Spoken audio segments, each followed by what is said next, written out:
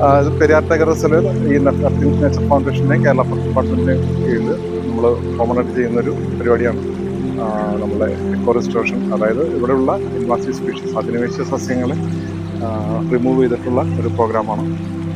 Self volunteer ആയിട്ടുള്ള ഒരു 100 ആൾക്കാരാണ് നമ്മൾ ഇതിനകത്ത് പാർട്ടിസിപ്പേറ്റ് ചെയ്യുന്നത്. നമ്മളിപ്പോൾ ഇവിടെ ക്ലിയർ ചെയ്യുന്നത് യൂപ്പിറ്റോറിയം വേണ്ടി കമ്മ്യൂണിസ്റ്റ് വെച്ച അല്ലെങ്കിൽ പിന്നെ രക്തപുഷ്പം എന്ന് പറയപ്പെടുന്ന സാധനം, പിന്നെ അത് ഇതുമായിട്ട് ബന്ധപ്പെട്ട ബാക്കിയുള്ള അധിനിവേശ സസ്യങ്ങൾ.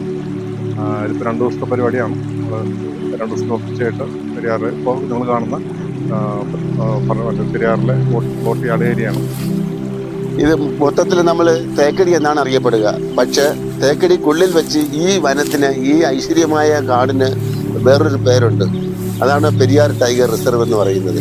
ഇതിനകത്ത് യഥേഷ്ടം എന്ന് പറയുമ്പോഴത്തേക്കും 65 സ്പീഷീസ് അനിമൽസ് ഇതിനകത്ത് ജീവിക്കുന്ന സ്ഥലമാണ്. അതുപോലെ തന്നെ നമുക്കിവിടെ ഒരു ലേക്കുണ്ട്. ആ ലേക്കിൻ്റെ പേരാണ് മുല്ലപ്പെരിയാർ ലേക്ക്.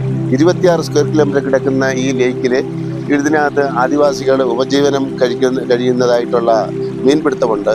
പിന്നെ അതല്ലാതെ കൊണ്ട് കുടിവെള്ളം, നമ്മൾ തമിഴ്നാട്ടിലേക്ക് അവിടുത്തെ കൃഷികൾ നടത്തുന്നതിന് വേണ്ടിയിട്ട് ഇവിടുന്ന് അവർ വെള്ളം കൊണ്ടുപോകുന്നുണ്ട്. അങ്ങനെ ഈ കാണുന്ന ഈ പ്രകൃതി, ഈ വനം, ഇത് ലോകത്തിന് തന്നെ ഏറ്റവും പ്രധാനപ്പെട്ട ഒരു വനമായിട്ടാണ് പെരിയാർ ടൈഗർ റിസർവ് അംഗീകരിക്കപ്പെട്ടിരിക്കുന്നത്.